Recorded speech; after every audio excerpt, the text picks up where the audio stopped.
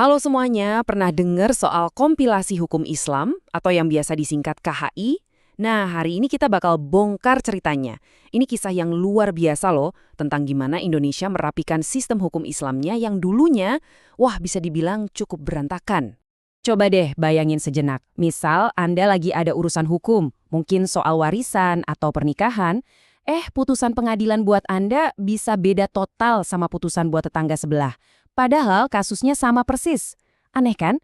Nah, inilah masalah super besar yang dulu harus dipecahkan oleh Indonesia. Oke, kita mulai ya.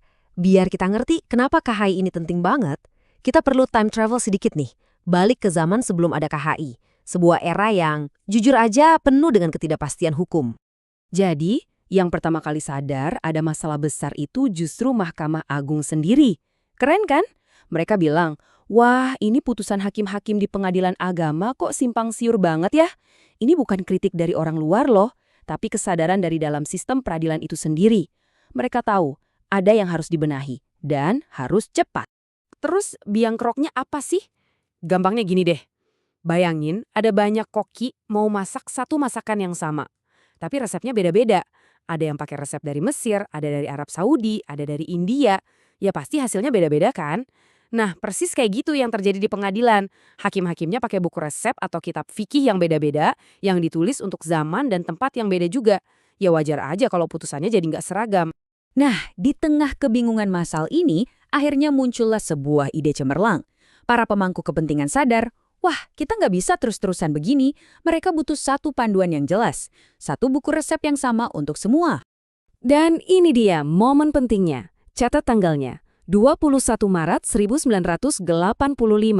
Mahkamah Agung dan Kementerian Agama duduk bareng, bikin gebrakan.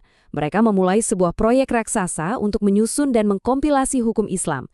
Inilah cikal bakal lahirnya KHI yang akhirnya resmi jadi panduan pada tahun 1991 melalui instruksi Presiden.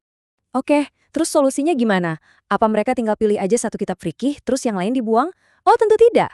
Jawabannya jauh lebih cerdas dan inovatif dari itu. Mereka memutuskan untuk menciptakan sesuatu yang benar-benar baru, sesuatu yang khas Indonesia. Namanya Fikih Khas Indonesia. Nah, ini penting ya, ini bukan berarti bikin mazhab baru. Bukan, tapi ini lebih ke sebuah kompilasi, semacam the greatest hits dari berbagai mazhab. Mereka ambil yang paling pas, yang paling cocok, terus disesuaikan sama budaya dan kondisi masyarakat Indonesia zaman sekarang. Jadi, ini hukum Islam yang akarnya kuat ke tradisi, tapi relevan banget buat kita hari ini.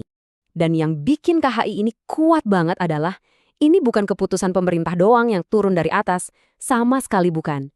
KHI ini lahir dari ijma atau kesepakatan bersama para ulama dari macam-macam kelompok lewat lokakarya nasional.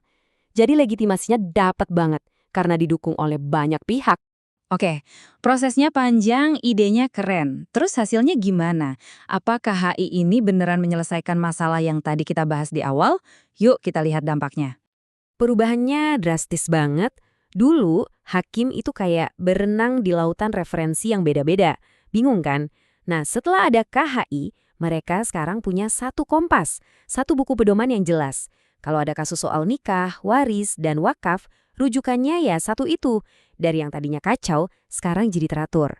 Intinya cuma satu buku untuk menyatukan hukum. Tujuannya apa? Simple.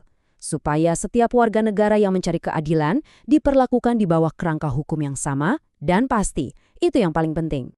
Nah, sebagai penutup, ada satu fakta unik nih soal KHI. Sampai sekarang, masih ada perdebatan seru soal status hukum formalnya. Loh, kok bisa?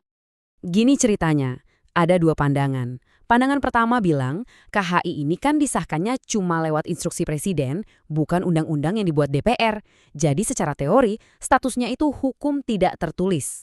Tapi ada pandangan kedua. Mereka bilang, tunggu dulu, KHI ini kan udah puluhan tahun dipakai hakim, diterima masyarakat luas. Jadi secara praktek, KHI ini udah jadi kayak hukum tertulis. Nah, perdebatan ini justru nunjukin betapa kerennya KHI. Dia itu hidup dan menyatu secara organik di sistem hukum kita. Jadi bisa kita lihat ya, KHI ini sebuah pencapaian yang luar biasa. Sukses mengubah kebingungan menjadi kepastian hukum bagi jutaan orang. Pertanyaan besarnya sekarang adalah, dengan fondasi sekuat ini, kemana arah perkembangan hukum Islam di Indonesia selanjutnya? Menarik untuk dipikirkan. Terima kasih sudah menyimak.